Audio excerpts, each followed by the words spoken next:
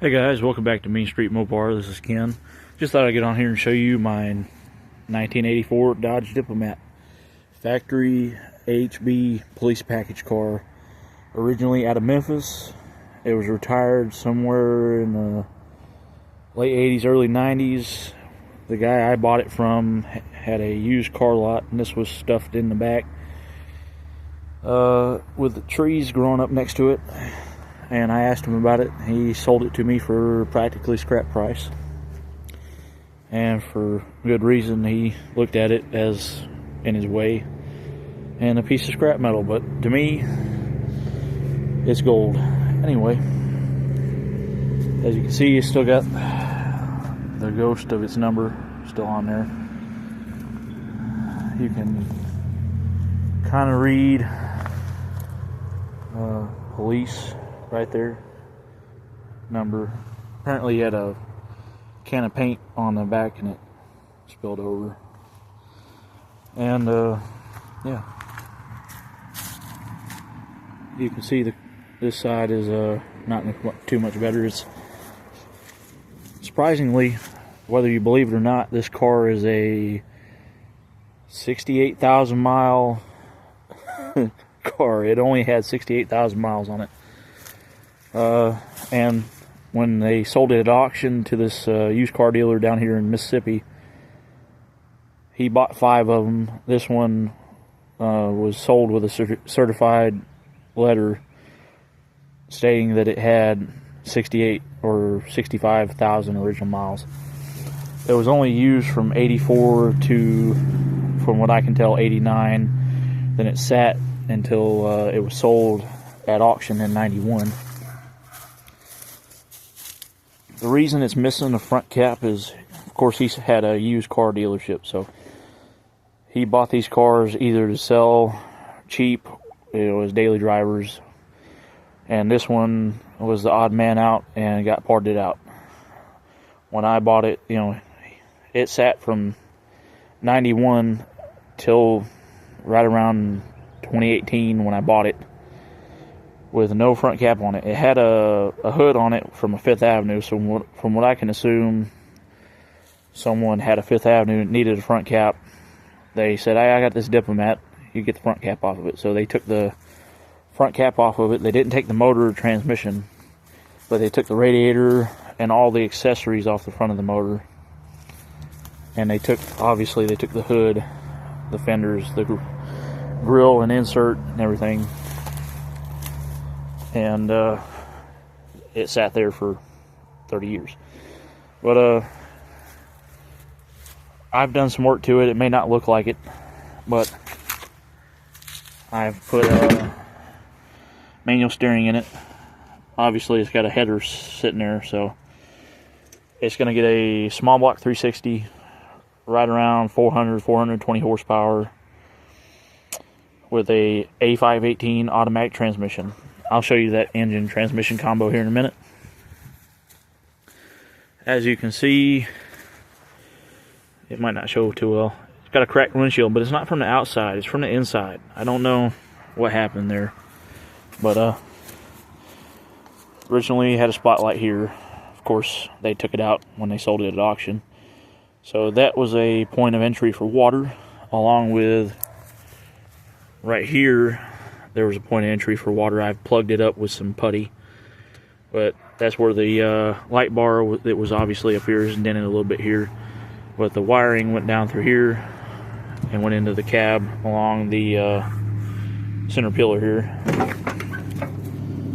And for 30 years it leaked water there and rotted out right here. The rest of the floor is solid, but because of the fact that it was leaking along this area here, it got up underneath the rubber floor mat and soaked into that sound deadener or insulation or whatever you want to call it. It looked like crap, and it soaked through and it rotted out all down through here. And as you can see, I gave it a shot at patching it myself. And it looks like crap, but it's solid now. Of course, there's still pinholes here and there. I'm going to come through here with some seam sealer and seal it all up. Spray it black and put a seat on top of it and call it good. Anyway, you know, usually these cars come with a oil pressure gauge right here, a little panel, oil pressure gauge, and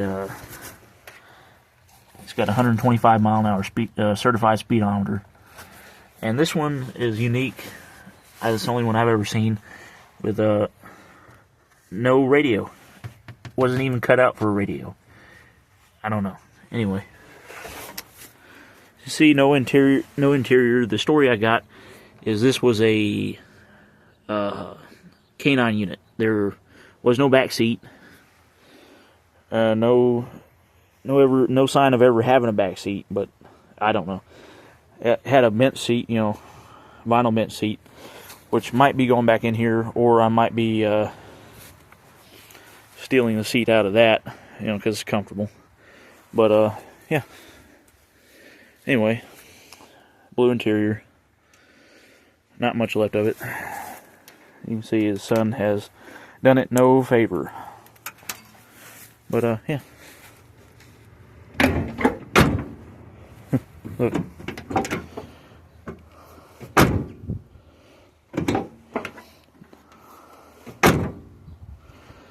That closes really nice for a beat up old cop car.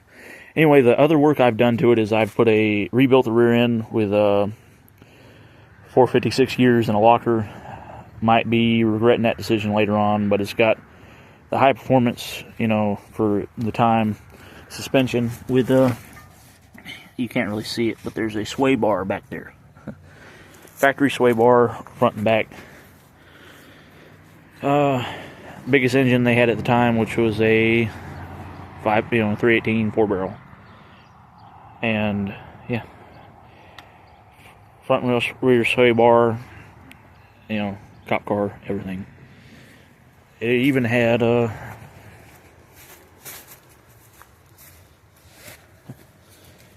factory transmission cooler, which is nice. I have a replacement cooler, you know, same. I found one in the car. I guess when they destroyed that one, they threw another one in there. But it's gonna get a 360 518 automatic. It's gonna get a Fifth Avenue front end. That's all I have. And yeah, I've got another windshield in another car I'm gonna have to take out and put in. But I also have to modify the transmission crossmember mount because the 518 transmission is bigger.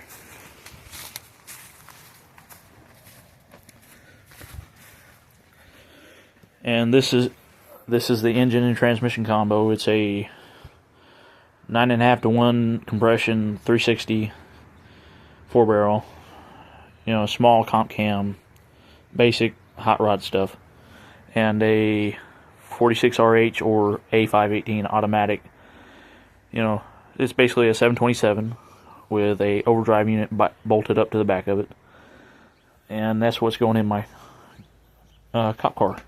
The reason why I have to modify the transmission crossmember is, you know, the unibody part has to be cut where it goes over top here, because it was never meant to have that wide of a transmission going in there. Have to modify it, whether I reinforce it or not. It's up to debate. Anyway, I'm going to cut it out, slide the engine transmission in there, bolt the headers up, and it'll be good. Anyway, before I put the engine transmission in there, I'm obviously going to modify the transmission mount, but I'm also going to swap to a set of Magnum RT over-the-counter Mopar Performance heads with a M1 single plane intake that goes with those heads, and a 8-quart Moroso oil pan. Those mods, I think, are, you know, the head's not necessarily necessary, intake not necessarily necessary, but I might as well do it while it's out. The 8-quart oil pan, on the other hand, I think will be necessary for the fact that I'm going to be drag racing it in 1/8 mile, and I would like to have as much oil as I can, you know. Stock, these had a 4.5 5-quart oil pan, and you know, it might be alright, but I'd rather be safe than sorry. So, yeah. Anyway, see y'all guys later on Main Street Mopar.